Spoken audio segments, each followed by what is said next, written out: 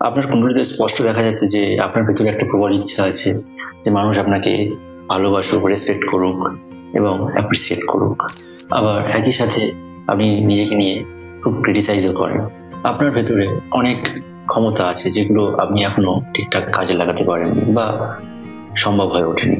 যদিও শনির অবস্থানের কারণে আপনার মধ্যে কিছু দুর্বলতা রয়েছে, তবুও আপনি সেগুলো সামলে নিতে পারেন। বাইরে থেকে সবাই ভাবে আপনি খুব শান্ত, ডিসিপ্লিন এবং একটা সেলফ কন্ট্রোলড মানুষ, কিন্তু ভিতরে ভিতরে আপনি টেনশন করেন এবং ইনসিকিউরিটিতে ভোগেন। মাঝে মাঝে আবার আপনি ভাবেন যে আমি কি এটা ঠিক করলাম, আমি কি এটা ঠিক ডিসিশন নিলাম, যখনই কোনো কাজ করেন। আর এই দুটো না, আপনি অনেকটা সময় নষ্ট করে ফেলেন। আপনি লাইফে চেঞ্জ এবং ভ্যারাইটি পছন্দ করেন, একঘেয়েমি আপনাকে মানায় না। আপনি সহজে কারোর কথা বিশ্বাস করেন না, প্রমাণ চান। আবার সবার সামনে বেশি ওপেন হলে বিপদ হতে পারে, তাই আপনি অনেক কিছু গোপন রাখেন। আপনি কখনো কখনো খুবই এক্সট্রোভার্ট এবং প্রাণবন্ত, আবার কখনো কখনো ইন্ট্রোভার্ট বা একা থাকতে পছন্দ করেন এবং নিজেকে নিয়ে টাইম কাটাতে ভালোবাসেন। আর আপনার কুণ্ডলিতে যেটা সবচেয়ে জোরালোভাবে উঠে এসেছে সেটা হলো আপনি জীবনে চান স্থায়িত্ব এবং নিরাপত্তা, আর এই দুটোকেই আপনি সবচেয়ে বেশি মূল্য দেন। এই যা যা বললাম একদম আপনার সঙ্গে মিলে যাচ্ছে, তাই নয় কি? এটাকেই বলে বার্নাম এফেক্ট। এবার তাহলে আসল সত্যিটা শুনুন। আপনাকে এতক্ষণ যে জন্মকুণ্ডলী পড়ে শোনাচ্ছিলাম সেটা আপনার জন্মছক থেকে নেওয়া হয়নি। এটা নেওয়া হয়েছে একজন মনোবিজ্ঞানী বার্ট্রাম ফোরার, যিনি 1948 সালে তার স্টুডেন্টের উপরে একটা টেস্ট করেছিলেন, যেখানে তার স্টুডেন্টদেরকে তাদের ক্যারেক্টার অ্যানালিসিস করে প্রত্যেককেই একই রিপোর্ট দেন। আর প্রত্যেক ছাত্রই ভাবে যে তার সম্পর্কেই লেখা হয়েছে, আর এটারই নাম বার্নাম এফেক্ট। রাশি, কুণ্ডলী, পাথর এসবই বিক্রি করার জন্য সবসময় এই ধরনের প্রসেসই ব্যবহার করা হয়। আর সবাইকে এই ধরনের কিছু ভেগ, অস্পষ্ট কথা বলা হয়, যেটা শুনে সবাই মনে করে আরে এটা তো পুরো আমারই কথা বলছে। আর এটাই হলো জ্যোতিষবিদ্যার আসল জাদু। Hello and welcome to rational dose. আমি ইন্দ্র। চলো শুরু করা যাক। জ্যোতিষবিদ্যা শুরু হয়েছিল হাজার হাজার বছর আগে, যখন মানুষ ভাবতো পৃথিবীটাই ইউনিভার্সের সেন্টার আর পৃথিবীর চারিদিকেই সবকিছু ঘুরে। আর সেই কারণে আপনি দেখবেন যে যে জন্মছক বানানো হয় সেখানে পৃথিবীকে সেন্টারে রাখা হয় আর তার আশেপাশে অন্যান্য গ্রহদের রাখা হয়।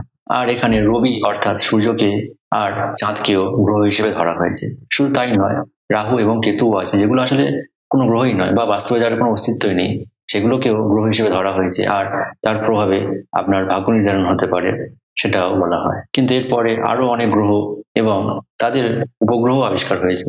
আর এদের যে লজিক সেটা অনুযায়ী এই যে গ্রহ এবং উপগ্রহ অন্যান্য, তাদেরও প্রভাব আমাদের উপর পড়ার কথা, আর সেই অনুযায়ী আমাদের ভাগ্য নির্ধারণ হওয়ার কথা। কিন্তু পরে জ্যোতিষীরা সেটাকে অ্যাড করেননি, বা করলে কি ধরনের প্রভাব পড়বে সেই বিষয়ে তারা একমত হতে পারেননি। একটা সময় ছিল যখন অ্যাস্ট্রোনমি আর অ্যাস্ট্রোলজি বলতে একই জিনিসকেই বোঝাতো, কিন্তু সময়ের সাথে সাথে অ্যাস্ট্রোনমি আপগ্রেড করেছে এবং অ্যাস্ট্রোলজি সেই অতীতেই পড়ে আছে।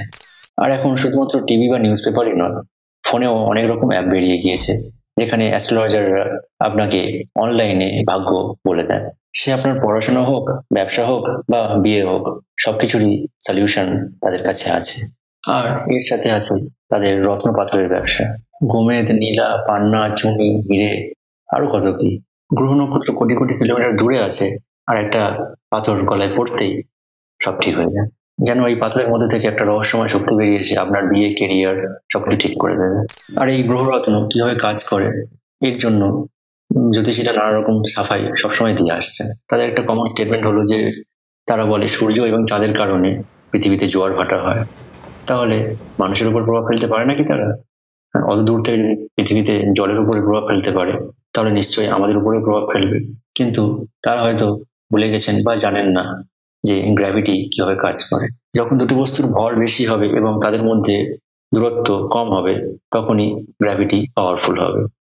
আর সেই কারণে পৃথিবীতে যে কম্বাইন্ড ওয়াটার বডি আছে সেটার ভর অনেক বেশি, আর তাই সমুদ্রের জল চাঁদ বা সূর্যের গ্র্যাভিটির সাথে রিয়াক্ট করে। কিন্তু সেই একই রিয়াকশন আপনি আপনার ঘরের পাশে পুকুরে বা বালতির জলে দেখতে পাবেন না, কারণ সেই জলের ভর খুবই কম।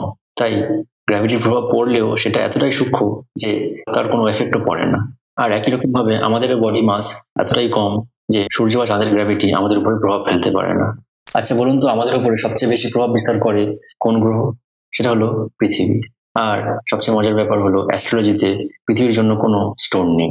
ভেবে দেখুন, অ্যাস্ট্রোলজি যদি সত্যি হতো তাহলে পৃথিবীর জন্য স্টোন থাকতো, আর সেই স্টোন ব্যবহার করে আমরা পৃথিবীর গ্র্যাভিটি এফেক্ট কমাতে পারতাম, আর হয়তো আমরা উঠতেও পারতাম। অ্যাস্ট্রোলজি সত্যি সত্যি কাজ করে কিনা তার জন্য বহু রিসার্চ হয়েছে। অ্যাস্ট্রোলজি অনুসারে কারোর জন্মের স্থান আর সময় দেখে তার ভবিষ্যৎ প্রেডিকশন করা সম্ভব। আর এই থিওরি টেস্ট করেন ডিন অ্যান্ড কেলি 1958 সালে লন্ডনে, যেখানে 2000টা বাচ্চা, যারা প্রত্যেকে ছিল টাইম টুইন্স, একই সময় এবং একই স্থানে জন্মানো বাচ্চাদেরকে টাইম টুইন্স বলা হয়। এই টেস্টের জন্য তাদের জন্ম থেকে জন্মের পরবর্তী কয়েক দশক অবধি তাদের লাইফ ফলো করা হয়। আর অ্যাস্ট্রোলজি তাদের বার্থ চার্ট থেকে যে প্রেডিকশন গুলো করতে পারে তেমনি 100টির বেশি ক্যারেক্টারিস্টিক্স টেস্ট করা হয়, এবং তাদের মধ্যে আছে occupation, anxiety levels, marital status, aggressiveness, sociability, IQ, mathematics, sports, reading এ তাদের ক্ষমতা ইত্যাদি। আর অ্যাস্ট্রোলজি যা যা প্রেডিক্ট করেছিল সেগুলো টাইম টুইন্স এর মধ্যে কোনটারই পাওয়া যায়নি। ভারতের পুনেতেও এরকম একটা স্টাডি হয়েছিল, যেখানে 200 জন স্টুডেন্টের জন্ম ডিটেলস নিয়ে আসা হয়, আর তাদের মধ্যে 100 জন ছিল খুবই মেধাবী স্টুডেন্ট, আর 100 জন ছিল মানসিকভাবে দুর্বল।